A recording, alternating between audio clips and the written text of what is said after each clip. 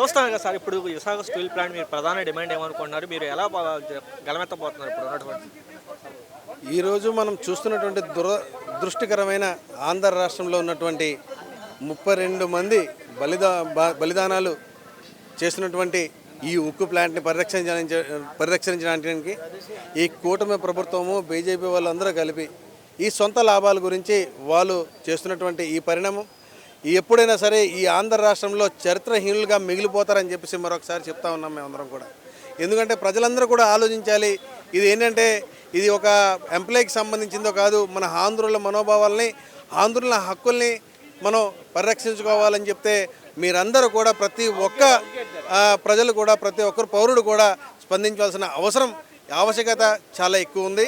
రాబోయే రోజుల్లో మీరు ఈ ఉద్యమాన్ని ఉధృతం చేసి మీతో పాటు మేమందరం కూడా ప్రాణాలు సైతం కూడా లెక్క చేయకుండా మేమందరం కూడా మేము విశాఖ ఉక్కుని పరిరక్షించుకోవడానికి మేము హార్నిసలు కూడా ఎప్పుడు కూడా ప్రయత్నిస్తామని చెప్పేసి మేము తెలియజేసుకుంటాం.